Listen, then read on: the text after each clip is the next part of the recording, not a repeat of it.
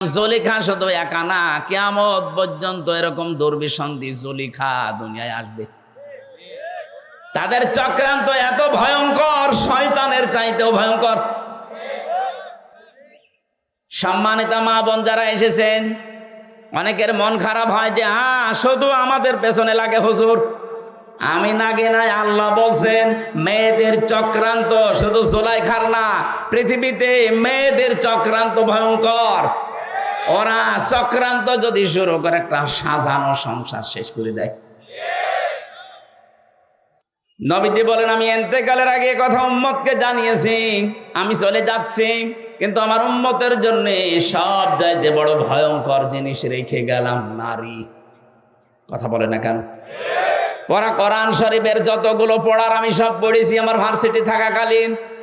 একটা বিষয় আমার কাছে ক্লিয়ার, আল্লাহ শয়তানের চক্রান্তের কথা কোরআনে যত জায়গায় দিয়েছেন সেখানে দিয়েছেন দঈফ বা দঈফা।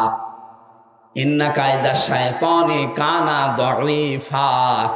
আল্লাহ বলেন শয়তানের যত চক্রান্ত আছে দুর্বল, একেবারেই দুর্বল, একেবারে। এই যে দঈফা, একেবারেই দুর্বল। মাকড়সার জালের মতো দূর থেকে মনে হয় বিশাল কিছু, সামনে যে শুধু একটা লাঠি দিয়ে বাড়ি দেবেন সব চুরমার হয়ে যাবে। এ কথা বলছেন এখন। কিন্তু কোরআনে কারিমে যেখানে মেয়েদের চক্রান্তের কথা আছে সেই জায়গায় দুর্বলের শব্দ নেই, সেখানে আজিম আছে। ফালাম্মা রাআ কামিসাহু কুদ্দা মিন দুবুরিন ফাকাইদাহুন্না ইন্না কায়দাহুম কায়দাকুন্না আযীম। এই এদিকে তাকান, আল্লাহ পাক এখানে কায়দা কি লেখেননি, কায়দা কন্যা দিয়েছেন বহু বছর। যদিও আয়াতটা নাযিল হয়েছিল জুলাইখার ব্যাপারে, কিন্তু কন্যা বহু বচন দিলেন কেন? কন্যা বহু বচন দেওয়ার কারণ কি? কারণ জুলেখা শুধু একা না, কিয়ামত পর্যন্ত এরকম দুর্বিসন্ধি জুলেখা দুনিয়ায় আসবে। তাদের চক্রান্ত এত ভয়ঙ্কর, শয়তানের চাইতেও ভয়ঙ্কর। সম্মানিত মা বোন যারা এসেছেন, অনেকের মন খারাপ হয় যে শুধু আমাদের পেছনে লাগে হুজুর। আমি নাগে নাই, আল্লাহ বলছেন মেয়েদের চক্রান্ত শুধু জুলাইখার না, পৃথিবীতে মেয়েদের চক্রান্ত ভয়ঙ্কর। ওরা চক্রান্ত যদি শুরু করে একটা সাজানো সংসার শেষ করে দেয়। আপনাদেরকে আমি ভালোবাসি খুব বেশি, আমি চাই আপনারা জান্নাতি হয়ে যান। নবীজি বলেছেন আদ-দুনিয়া কুল্লুহা মাতাউন ওয়া খায়রু মাতাউদ দুনিয়া ইমরাতুস সালিহা। পৃথিবীর সব কিছুই তো সম্পদ, এর ভেতরে উত্তম সম্পদ হচ্ছে আল্লাহওয়ালা মেয়ে মানুষ। মিশকাত শরীফের হাদিস, মেয়েরা যারা এসেছেন ভালো করে মিলাবেন। কোন মহিলা যদি নেককার হতে চায়, কোন মহিলা যদি সত্যি জান্নাতের 8টা দরজায় খুলে রাখতে চায় দুনিয়ায় জীবিত থাকতে, যে আমি জীবিত আছি, জান্নাতের 8টা দরজায় আমার জন্য খোলা থাকবে। হযরতে খাদিজাকে যেভাবে আল্লাহ নিজে সালাম পাঠিয়েছেন দুনিয়ায়, জান্নাতের দরজাগুলো তাকে ডাকতে থাকবে, আসো আমার দিকে। আপনার জন্যও খোলা থাকবে যদি 4টা কাজ দুনিয়ায় করতে পারেন। কয়টা? আরো জোরে বলেন। 1 নম্বরে বিশ্বনবী জানিয়েছেন, কোন মহিলা যখন তার স্বামী বাড়িতে আসবে কর্মজীবন শেষ করে, মাঠে ঘাটে চাকরি বাকরি ক্ষেত খামার শেষ করে যখন বাড়িতে আসবে, ইদা নাজারা ইলাইকা ইলাইহা ইদা নাজারা ইলাইহা সাররাতুহু, তার দিকে নজর দেওয়ার সঙ্গে সঙ্গে যেন সে স্বামীকে আনন্দ দেয়, হাসি খুশি দিয়ে, অভ্যর্থনা দিয়ে, কথাবার্তা দিয়ে, ব্যবহার দিয়ে, খেদমত দিয়ে, যেভাবেই হোক স্বামীকে যেন সে আনন্দ দেয়। তার ব্যবহারে, আচরণে, চেহারা দেখে স্বামী যদি একটু হাসে, আল্লাহর আরশ পর্যন্ত তার সাথে হাসবে। এইরকম মহিলা গাজীপুরে ঘরে ঘরে।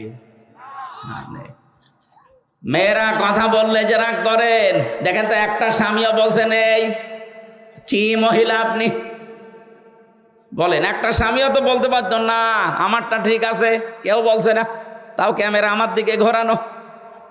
কথা বলে না কেন? আমি হাসির জন্য বলছি না, আজ 100টা পরিবারে এই সমস্যা। কিসের আলেম, কিসের পীর, কিসের সাধারণ মুসল্লি, সব অথচ ওরা জান্নাতে যাওয়ার জন্য দুই পায়ে খাড়া হয়ে আছে। আপনি শুধু নামাজ পড়ে রোজা রেখে কালো বোরকা পরে জান্নাতে জীবনও যেতে পারবেন না, কারণ সে কয়টা ফরজ কাজ তার ভেতরে এটা একটা। স্বামীকে আপনাকে আনন্দ দেওয়া লাগবে, এ কথা বলছেন এখন। একেবারে ইমানদারি কথা বলবেন, সত্য কথা, মিথ্যার আশ্রয় নেবেন না, তাহলে কবিরা গুনাহ হবে। বুকে হাত দিয়ে আল্লাহর দিকে তাকিয়ে বলেন তো আমি আমার স্ত্রীর প্রতি 100% সন্তুষ্ট। হাত তোলেন তো একজন, একজন শুধু। আপনার ওটাকে বউ না ফেরেশতা? হ্যাঁ, আপনার বউ আছে তো নাকি? ও পাগল। একটা মানুষ হাত তুলতে সাহস তার মন থেকে বললো না কবিরা গুনাহ হবে যদি মিথ্যা কথা বলেন। ইয়ার কি মারার জন্য বলি নাই, আমি পর্যন্ত হাত তুলতে পারছি না, আর ও হাত তুলে বসে আছে।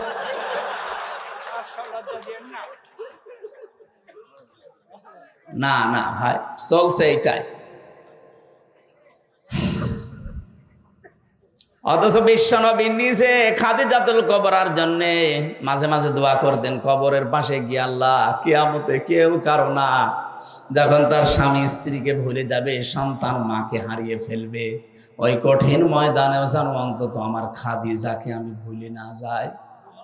কি করেছিলেন বলেন তো?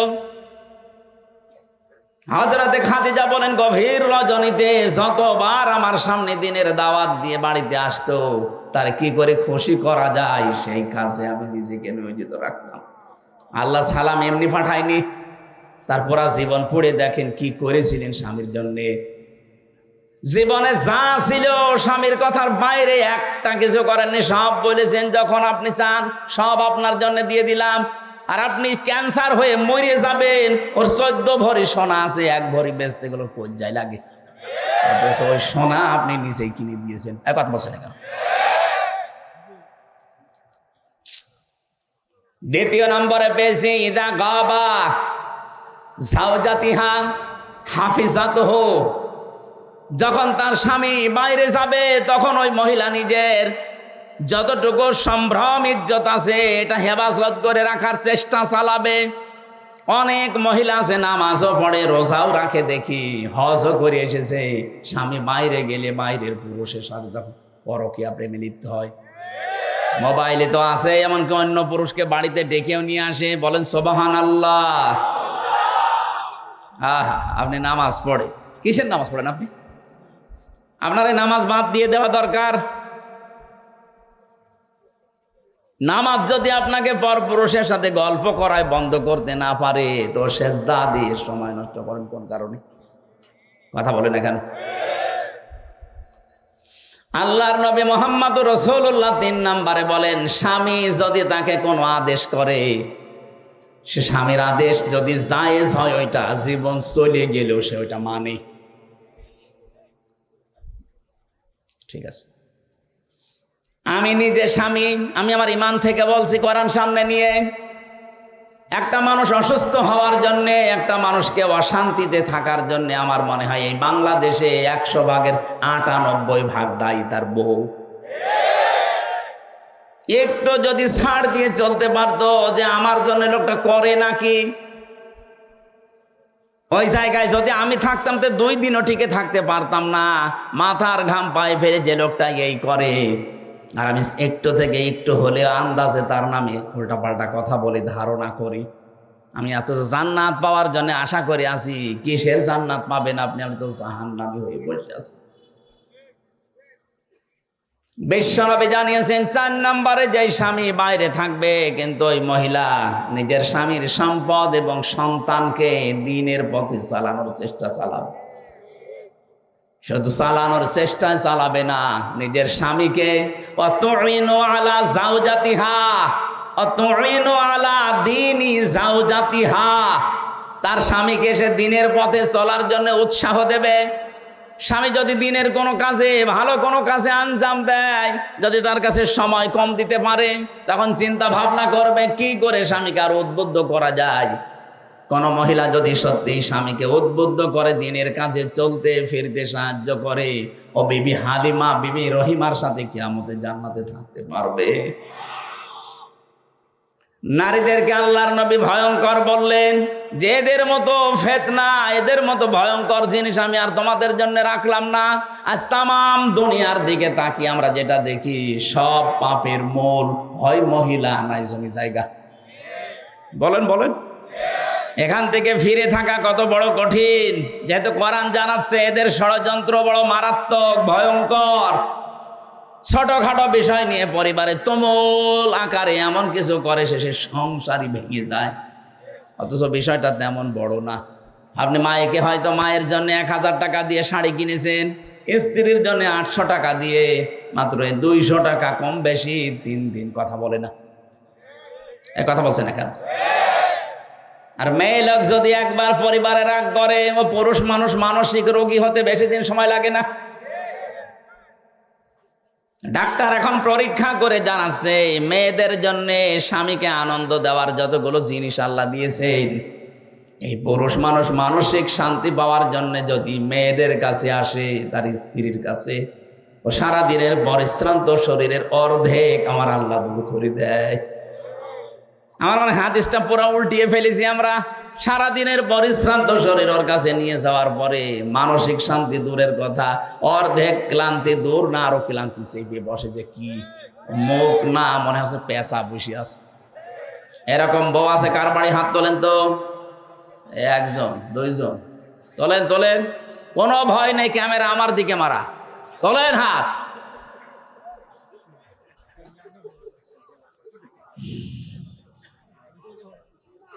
আমার এলাকার একটা ঘটনা বলছিলাম, স্বামীর সাথে মহিলা গন্ডগোল করেছে যে মুরগি নিয়ে কি যেন একটা ঝামেলা হয়েছে। শেষ পর্যন্ত গন্ডগোল করে কথা বলা বাদ দিয়ে দিয়েছে। ঠিক আছে, তোর সাথে আর কথা নেই। স্বামী রাতে শীতের সময় স্ত্রীর কাছে যায় না, বাইরে খড়কোটায় আগুন লাগিয়ে তাপ নেয়। 1 দিন 2 দিন 3 দিন এভাবে চলছে। খাবার মাবার বাইরের হোটেল মোটেলে বিভিন্ন জায়গায় খেয়ে খেয়ে সময় কাটাচ্ছে। আল্লাহর ইশারা একদিন ওর লুঙ্গিতে আগুন লেগে একেবারে জায়গা মতো আগুন লেগে গেছে।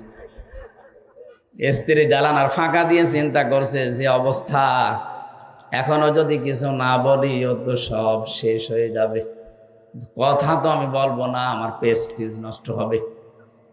অথচ আজকে হাদিস পড়লাম, মেশকাত শরীফের ভেতরে আছে, স্বামী স্ত্রীর গন্ডগোল হওয়ার পরে যে আগে থেকে কথা আরম্ভ করবে সে বেহায়া, বেলজ্জা, নির্লজ্জ না। সেটা চাই যে আমার সম্পর্কটা ঠিক। এই জন্যেই তোমার সাথে আগে কথা বলা শুরু করে। এ গন্ডগোলের পরে যদি স্বামী স্ত্রী বা মুসলমানদেরকে আগে থেকে নিজে কথা বলা আরম্ভ করে, ও যেন একটা ছাগল সাদগা দেওয়ার সওয়াব পায়। চিন্তা কর, আমি কথা বললে আমার প্রেস্টিজ নষ্ট হবে, আমি ছোট হয়ে যাব। ও যাক, সব পুড়ে যাক, কিছু বলবো না। মনে মনে ভাবে যদি সবই পুড়ে যায় তে আমার আবার কি হবে। শেষে জ্বালানা থেকে মুখ ঘুরিয়ে অন্য দিকে তাকিয়ে বলছে, আমি কারো সাথে কথাও বলি না, কারো লুঙ্গিতে আগুন লাগলে তাও বলি না। আর স্বামী চিন্তা করছে হচ্ছে কি, তাকিয়ে দেখে লুঙ্গিতে আগুন। ডাক দিয়ে বলে, রব্বুল আলামিন, তওবা করছি, জীবনে কোনোদিন আর বউর সাথে কথা বন্ধ করব না, এখনই পুড়ে মরে যেতাম। এদের চক্রান্ত বড় ভয়ঙ্কর। এদের এই ছোট মনের কারণে আজ হাজার হাজার স্বামী তার নিজের আপন বোনের সাথে, আপন ভাইয়ের সাথে সম্পর্ক রাখতে পারছে না। এটাকে আমি বেশি বলে ফেললাম? কুষ্টিয়ায় আমি 9 সালে যে ওসি সাহেবকে পড়াতাম, নিজের আপন ভাইয়ের সাথে 30 বছর সে কথা বলে না।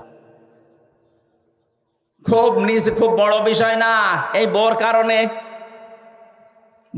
কারণে আজ কত বছর হয়ে গেল নিজের আপন মায়ের পেটের ভাই কথা বলে না। আমাকে মাঝে মাঝে দুঃখ করে কেঁদে ফেলতো। কথা বলতে গেলে আবার এদিকে সংসার টিকবে না। কেন বহু স্বামী আমরা এই ঝামেলায় পড়ে আছি। এই স্ত্রীর ছোট মনের কারণে অনেক স্বামী নিজের আপন বোনের খোঁজ খবর নেয় না। টাকা পয়সা খরচ করবেন, তার হক আদায় করবেন, দেখবেন ওর মন পাবেন না। অথচ বিশ্বনবী নিজে বলেন, আমি যখন নবুয়ত পেয়ে আসলাম নবুয়ত পেয়ে আসার পরে আমি ভয় পেয়েছিলাম জিবরাইলকে দেখে। ডাক দিয়ে বললাম, খাদিজা আমাকে ঢেকে দাও সাম্মিলুনি, আমি ভয় পেয়েছি। হযরতে খাদিজা ওই দিন সেই কটা কথা বলেছিলেন তার প্রথম নাম্বারে, কাল্লা, কখনোই না, আল্লাহি মা ইয়াখজিক আল্লাহু আবাদান। হে আমার স্বামী, হে আবুল কাসেম, ভয় পান কেন? কোনো ভয় নেই আপনার। আল্লাহ কখনো আপনাকে লাঞ্ছিত, অপমানিত, ভয় ভীতি দেখাবেন না। ইন্নাকা লা তাসিলুর রহিমা, কারণ আপনি রেহেমের সম্পর্কগুলো ঠিক রাখেন। আত্মীয়তার সম্পর্ক, রক্তের সম্পর্ক আপনি ঠিক রাখেন। আপনাকে আল্লাহ জিন, পরি, ভূত, পেতনি এগুলো দিয়ে ভয় দেখাবে না, আপনি কখনো ভয় পাবেন না।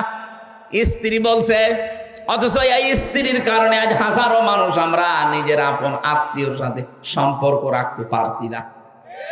এই কথা বললি না কেন? হ্যাঁ, ওই মহিলা যাকে আপনি বিয়ে করে নিয়ে আসলেন, ওর যদি আপন বোন থাকে, সে বাড়িতে 10 বার আসবে মাসে, কোনো বিরক্ত নেই, কোনো প্রশ্ন নেই। আপনার নিজের আপন বোন, আপন ভাই যদি মাসে 2 বারও আসে, বলে আর জায়গা নেই, শুধু এখানে আসে। এক কথা বলছেন না কেন? এরকম ছোট মন কেন আপনার? মনটা একটু উদার করতে পারেন না? কি মনে হয় আপনার এগুলো দুনিয়ার সম্পদ? এই পৃথিবীর মর্যাদা আল্লাহর কাছে একটা মশার ঠ্যাঙের মতো নেই। সম্মানিত মা বোনেরা, আমি জানি আপনি মন খারাপ করছেন। সত্যি আল্লাহর কোরআন সামনে, আমি আপনাকে ভালোবাসি, আপনি জাহান্নামী হয়ে যাচ্ছেন এই ছোট কাজের কারণে। আরে ভাই, 100 বছর পরে তো আপনিও থাকবেন না, আমরাও থাকবো না। কি 100 বছর পরে এখানে যারা আছি একটা মানুষও থাকবেন? বলুন। নতুন মানুষ সব এখানে এসে চাষ করবে, আর আমরা সব মাটির বাসিন্দা। এমনকি 100 বছর পরে যদি আপনি যেই বাড়ির জন্য, যেই ঘরের জন্য আপনার স্বামীকে তার বোনের সাথে সম্পর্ক রাখতে দিলেন না, যেই ঘরের জন্য, যেই বাড়ির জন্য, জমি জায়গার জন্য, ফ্ল্যাটের জন্য, দোকানদারির জন্য তার আপন ভাইয়ের সাথে সম্পর্কটা আপনার কারণে নষ্ট করে ফেলেছে, আপনি 100 বছর পরে এই বাড়িতেই সাজগোজ করে যদি আসেন, আপনার নাতির নাতি যারা, তারা আপনাকে আর চিনবে না। আপনি যদি দাবিও করেন যে আমি কিন্তু এই বাড়ির বাসিন্দা ছিলাম, আগে এই বাড়ি আমি বানিয়েছি, ও বলবে বাদ দাও। এটা বলবে না? এক কথা বলেন না কেন? বলবে না? 100 ভাগ বলবে, পরীক্ষা করে দেখবেন, থাকবেন না তো। এই হচ্ছে দুনিয়া। আল্লাহ বারবার এই দুনিয়া সম্পর্কে আমাদেরকে সতর্ক করছে, যালিকা মাতাউল হায়াতিদ দুনিয়া, এইটাই দুনিয়ার সম্পদ। তুই 100 বছর পরে তোর এই শরীর নিয়ে ফিরে আসবি। আমির হামজা কুষ্টিয়ায় যে বাড়ি বানিয়েছে, এই বাড়িতে আমার মনে হয় 100 বছর পরে আমি গেলে আমার এই মেয়ের মেয়ে যেটা হবে, ওরা আমারে বলবে, কে তুমি? কথা বলছে না? থাকতে দেওয়া তো দূরের কথা, যদি বলি যে নিচতলা যে গ্যারেজ আছে, গ্যারেজে একটু থাকিয়ে বলবে না, আপনি অন্য জায়গায় যান। এই হচ্ছে দুনিয়া। আর আপনি এদের জন্য সিন্ডিকেট করে হাজারো মানুষকে কষ্ট দিচ্ছে। এই যে ব্যবসায়ীরা সিন্ডিকেট করে যারা মানুষকে কষ্ট দিচ্ছেন, তারা আল্লাহর ভাষায় জালেম। কার জন্য আপনি টাকা পয়সা গোছালেন সিন্ডিকেট করে? আপনার মেয়ের জন্যে, ছেলের জন্যে, বর জন্যে? বাস্তবতা বোঝেন। এই টাকা পয়সা ভোগ করার জন্য তারা 2 পায়ে খাড়া আছে, কিন্তু পাপ ভোগ করার জন্য একটাও খাড়া নেই। এটা বাস্তব কিনা বলেন? বলেন না কেন? সুতরাং আমরা যেন এরকম পাগল হয়ে না যায়, আমি সহ যারা আছি এই পাগল হব না আমরা। এই পাগলামি করবেন, পাগলামি করবেন তো ধরা খাবেন। আপনার পাপ নেওয়ার জন্য কেউ রাজি না, অথচ এই অন্যায়ের কারণে যে পাপ হয়ে গেল। এই টাকা পয়সা, অর্থ সম্পদ ভোগ করার জন্য আপনার বউ 2 পায়ে খাড়া আছে। নেককার নারীর বৈশিষ্ট্য বেশি। বিশ্বনবী জানিয়েছেন, যেই মহিলা তার স্বামীর যতটুকু ইনকাম আছে হালাল পথ, ওইটা নিয়ে যেই মহিলা সন্তুষ্ট থাকে, আল্লাহ পাক তার জন্য জান্নাতে ঘর তৈরি করে। এই পৃথিবীর স্বামীরা খারাপ, আমি নিজেও বলছি খারাপ আমরা, কিন্তু এই পৃথিবীতে এখন যত স্বামী আছে তামাম দুনিয়া মিলে ফেরাউনের মতো এত খারাপ স্বামী কারো কপালে আছে না। আপনি জানেন সে কি করেছিল? নিজের স্ত্রীকে হাতের ভেতরে পেরেক লাগিয়েছে, পায়ের ভেতরে পেরেক লাগিয়েছে, কপালের ভেতরে পেরেক দিয়েছে, মাথার চুলগুলো গরম পানি দিয়ে তুলে ফেলছে, উলঙ্গ করে তীর মারতেছে। এরকম কঠিন অবস্থা। হযরত জিবরাইলকে আল্লাহ বললেন জান্নাতটা তুলে নিয়ে আমার বান্দির সামনে ধর। হযরত জিবরাইল এসেছেন, ইয ক্বালাত রাব্বি ইবনি লি ইনদাকা বাইতান ফিল জান্নাতি ওয়া নাজ্জিনি মিন ফিরআউনা ওয়া আমালিহি ওয়া নাজ্জিনি মিন। স্বামী কি আল্লাহর ওলি ছিল? এত বড় খারাপ স্বামী দুনিয়া কেন আছে? এরকম কঠিন পরিস্থিতিতেও তুমি স্বামীর জন্য বরদোয়া দেননি, আর তুমি সব পাওয়ার পরে মাসে 2টা সাবান কম হলে উল্টা পাল্টা গালি দাও। তুমি জান্নাত পাওয়ার জন্য 2 পায়ে খাড়া। মরে দেখো জান্নাত না তোমাকে জাহান্নামের তলদেশে আল্লাহ দিয়ে দেবে। বিশ্বনবী মেরাজ থেকে ঘুরে এসে বলেছিলেন, আমি মেরাজে মহিলাদেরকে 2টা কারণে জাহান্নামে বেশি দেখেছি। 1 নম্বরে কুফরি করা। সাহাবীরা বললেন, হুজুর ওরা কি কুফরি আল্লাহর সাথে করে? বলে না, স্বামীর সাথে। স্বামীর সাথে কুফরি করে কি করে? নাফরমানি করে স্বামীর সাথে। এইভাবে সব দিয়েছে সারা জীবন পুরুষটা, একদিন যদি বছরে একটা জিনিস কম হয় তখন খোঁটা দেয়। এরকম মহিলা দেশে নেই। আমি তো বাস্তব কথা বলছি ভাই। যাদের পরিবারে এরকম মহিলা আছে ওর দুনিয়া শেষ, আখিরাতও শেষ। হয়তো কিছুদিন আপনি শান্তি শান্তি পাবেন দুনিয়ায় ভোগ করার জন্যে। আল্লাহ বলেন এগুলো দুনিয়ায় ভোগ করা জিনিস। এই যে পঞ্জীবত সোনা রূপা ব্যবহার করে না, শুধু বিয়েতে ব্যবহার করবে বলে সোনা কিনতে আসে। এই চাপ দিয়ে দিয়ে যারা দুনিয়ায় স্বর্ণ কেনে, স্বর্ণের জাকাত দেয় না, শুধু রেখে দেয়। এগুলো কিয়ামতের দিন লোহা দিয়ে গরম করা হবে আগুন দিয়ে, এর উপর পিঠের উপরে, বুকের উপরে, মুখের উপরে আল্লাহ ছাপ দিবেন। বলেন না?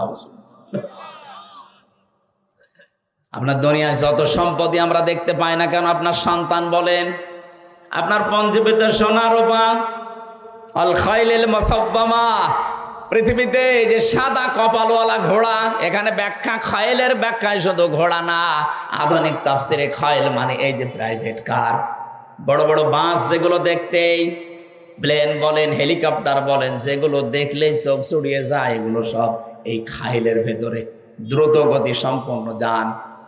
আল্লাহ এরপরে দিয়েছেন অল আনআম, বিভিন্ন রকমের গবাদি পশু পাখি, চতুষ্পদ জানোয়ার, এগুলোর প্রতি মানুষের মহাব্বত ভালোবাসা আমি তৈরি করে দিয়েছি।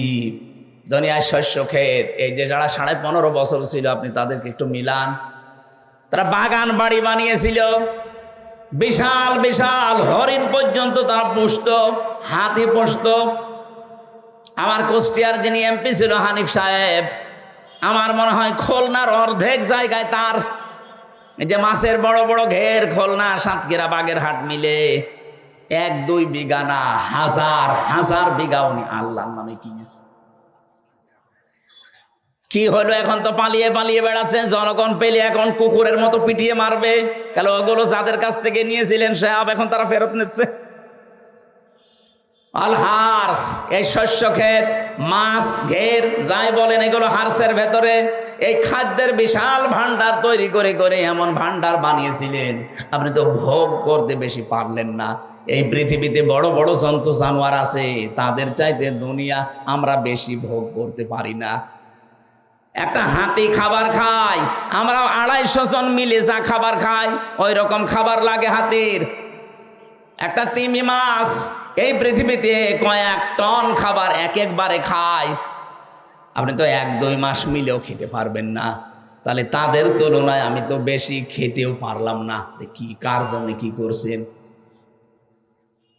আল্লাহ বলেন আল্লাহু ইনদাহু হুসনুল মাআব, আমি আল্লাহর কাছে কিন্তু উত্তম একটা জিনিস আছে। কি আমি কি বলবো তোমাদের? কুল হাল কুল উনাব্বিউকুম বিখাইরিম মিন যালিকুম, নবী আপনি ওদেরকে একটু জিজ্ঞাসা করেন তো, যারা আপনার সামনে বসে আছে, ওই গাজীপুরের মানুষেরা, কুল উনাব্বিউকুম বিখাইরিম মিন যালিকুম, এতক্ষণ যে জিনিসের কথাগুলো বললাম দুনিয়ায়, যারা এগুলো পেয়ে আনন্দে আত্মহারা হয়ে আছে, এর তুলনায় কি কোনো উত্তম জিনিসের কথা তোমাদেরকে বলবো?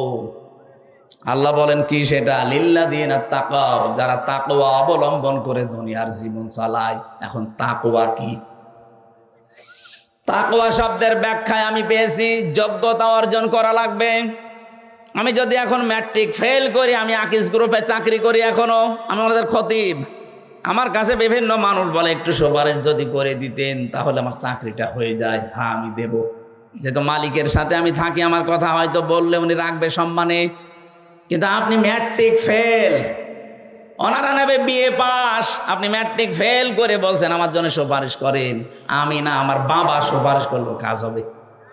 তা আপনার তো যোগ্যতা অর্জন আগে করা লাগবে, তারপরে যদি একটু ঠেলা দেওয়া যাইতে হবে।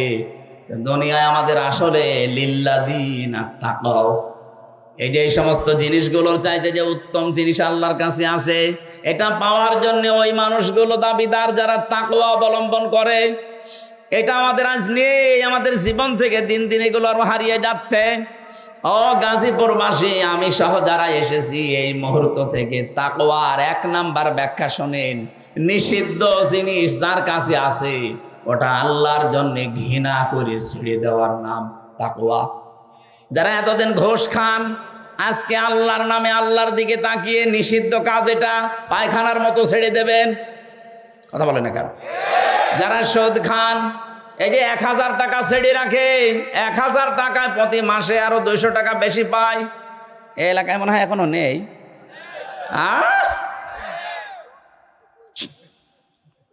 যারা 1000 টাকা ছেড়ে রাখে, মাসে আরো 200 টাকা করে বেশি নেয়, এরা মায়ের সাথে জেনা করছে। আরে নাউজুবিল্লাহ, তো এই প্যান্ডেলের নিচে এখান থেকে বের হয়েছে, আবার টাকা ছাড়বে। কথা বলে না কেন? আমি জানি এটা ওয়াজে বন্ধ করা সম্ভব না, এটার জন্য আইন দরকার। আর আমরা এইটাই চাচ্ছি, সামনে যারা আসবে তারা যেন এই আইন পাশ করে। এইরকম মানুষ পাঠানো লাগবে না। যদি আপনি পাঠান আনিসুল হকের মতো, আরো আল্লাহর আইনগুলো তুলে দেবে। যদি হাসান মাহমুদের মতো মানুষ পাঠান, ও শয়তান দেশটাকে ধ্বংস করবে, সব শেষ করে দিয়েছে। এখন শয়তানের কথাবার্তারা দেখেছেন, বলছে আমরা বিএনপির সাথে মিলে আন্দোলন করব গণতন্ত্র পূর্ণ উদ্ধারে। এরা জবাই করা দরকার শয়তান। নির্বাচন ব্যবস্থাটা ধ্বংস করার পেছনে এই শয়তানগুলো দায়ী। এই আনিসুল হক একটা, এই হাসান মাহমুদ একটা। আর এখন বলছে এদেরকে টপ দিয়েছে, আমরা তোমাদের সাথে আছি গণতন্ত্র উদ্ধারে। আমরা এই টপে যদি দেশের যারা সাধারণ মানুষ যদি ওদের টপে পড়ে, আবার আপনি 30 বছর আয়না ঘরে থাকবেন। আপনি টের পাননি আপনার মাকে এতিমের মাল আত্মসাতের মামলা দিয়ে বছরের পর বছর জেল খাটিয়েছে, অথচ সেই টাকার মামলা দিয়েছে ওই টাকার কয়েক গুণ বেশি টাকা ব্যাংকে পড়িয়েছে। তারে তো আরো পুরস্কার দেওয়ার দরকার ছিল। এই মিথ্যা মামলা দিয়ে হিংসার বশবর্তী হয়ে তার জীবনটাই নষ্ট করে দিল। সাবেক 3 বারের প্রধানমন্ত্রী, এই দেশে সেনা প্রধানের স্ত্রী, প্রেসিডেন্টের স্ত্রী, এরপরেও যদি তার এই অবস্থা হয়, এখন যদি আবারও কেউ ওই সন্তানদের ফাঁদে পা দেয়, আমার মনে হয় দেশটা আরো 30 বছর পেছিয়ে যাবে। তাকওয়ার ব্যাখ্যা একটাই, আসল ব্যাখ্যা এটা। দুনিয়াতে যেটা নিষিদ্ধ শুধু ছেড়ে দেবেন না, নিষিদ্ধ কাজগুলো ঘৃণা করে ছেড়ে দেওয়ার নাম তাকওয়া।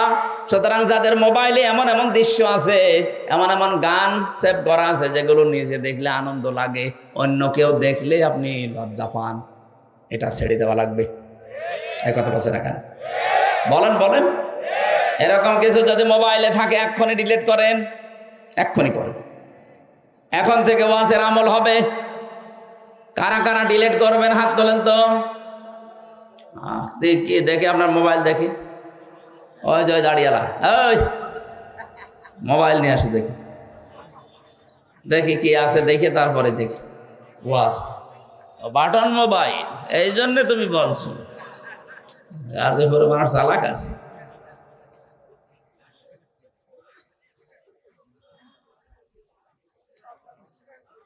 আল্লাহ রাব্বুল আলামিন বলেন, ইনদা রাব্বিহিম, তাদের রবের নিকটে জান্নাতুন, এমন একটা বাগান আছে, তাজরি মিন তাহতিহাল আনহার, তলদেশ দিয়ে নদী আর নহর প্রবাহমান থাকবে। ও বাংলার মানুষেরা, দুনিয়ায় কিছু যদি আমরা না পাই কোনো আফসোস নেই। মরণের পরে আল্লাহ যদি এই জিনিসটা আমাদের জন্য দিয়ে দেয়, আমার জীবন সফল। খালিদিনা ফিহা, চিরকাল থাকতে পারবেন।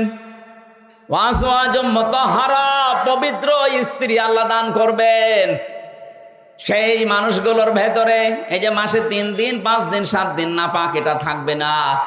তাদের চেহারা এত সুন্দর করে আল্লাহ বানিয়েছেন, এত পবিত্র করে, যত রকমের পল্ল পোশাক তাদেরকে পরানো হবে, এই শরীরের ভেতর দিয়ে ক্যালসিয়াম পর্যন্ত পোশাকের মাঝে দেখা যাবে।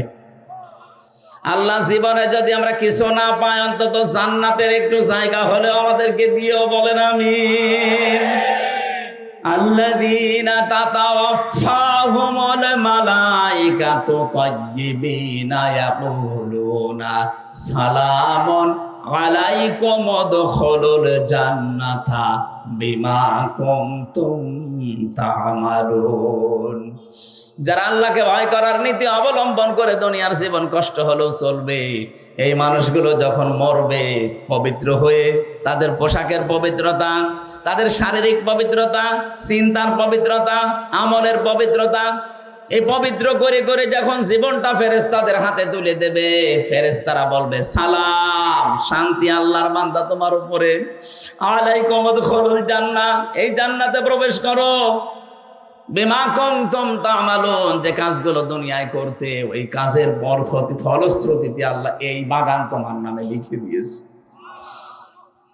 ওয়ারিদওয়ানুম মিনাল্লাহ, আল্লাহ বলেন আমি আল্লাহ সব চাইতে বেশি তোর উপরে রাজি হয়ে গেলাম। আকবার ওয়ারিদওয়ানুম মিনাল্লাহ, আমি আল্লাহর পক্ষ থেকে সব চাইতে বড় নিয়ামত, আমি তোর উপরে রাজি হয়ে গেছি। জান্নাতে প্রবেশ করিয়ে যদি আল্লাহ বলে বান্দা তোর উপর আমি রাজি হয়ে গেছি, এর চাইতে আর কিছু লাগবে? তামাম দুনিয়ার মালিক আমি হলাম, 100 বছর ক্ষমতায় থাকলাম, মরে গেলাম, আল্লাহ বললো যা জাহান্নামে যা,